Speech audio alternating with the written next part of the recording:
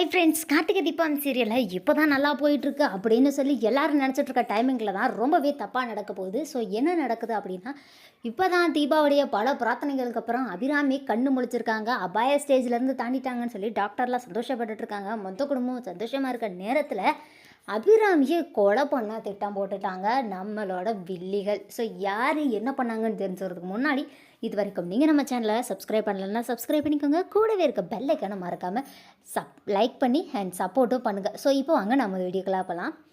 And நம்ம கார்த்திகை தீபம் சீரியல்லாம் அபிராமி வந்துட்டு அபாய கட்டத்தை தாண்டிட்டாங்க அப்படின்னு சொல்கிறாங்க. அண்ட் கொஞ்ச நேரத்தில் அபிராமியை கண்ணு முழிச்சிட்றாங்க.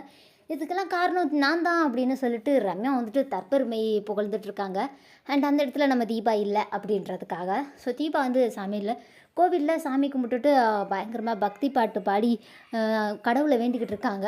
அந்த டைமிங்கில் கார்த்தி வந்துட்டு, தீபா அம்மா கண்ணு முடிச்சிட்டாங்க, நீ வேண்டினது எதுவுமே வீண் போகலை, கோவிலுக்கு வீட்டுக்கு போகலாம் அப்படின்னு சொல்லிட்டு கார்த்தி கோவிலில் இருந்த தீபா வீட்டுக்கு கூட்டி போகிறாரு.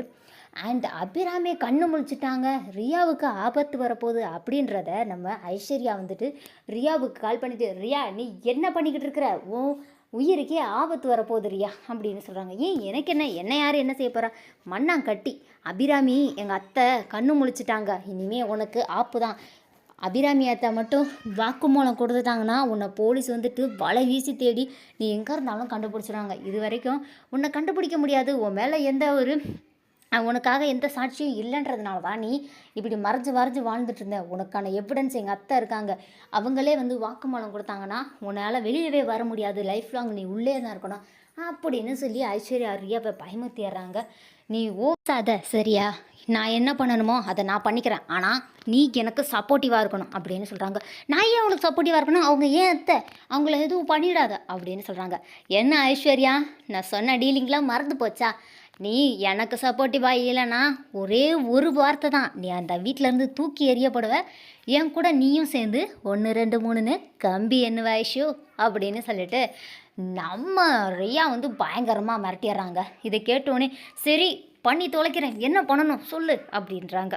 வேறு ஒன்றும் செய்ய வேண்டாம், ஹாஸ்பிட்டலில் இருக்கிற எல்லாரையும் உடனடியாக ஏதோ ஒன்று டைவெர்ட் பண்ணி அவங்க எல்லாத்தையும் வீட்டுக்கு அனுப்ப, நான் ஹாஸ்பிட்டலுக்கு வரணும், மற்றபடி என்ன நடக்கணும் அப்படின்றத நான் முடிவு பண்ணிக்கிறேன் அப்படின்னு சொல்லிடுறாங்க.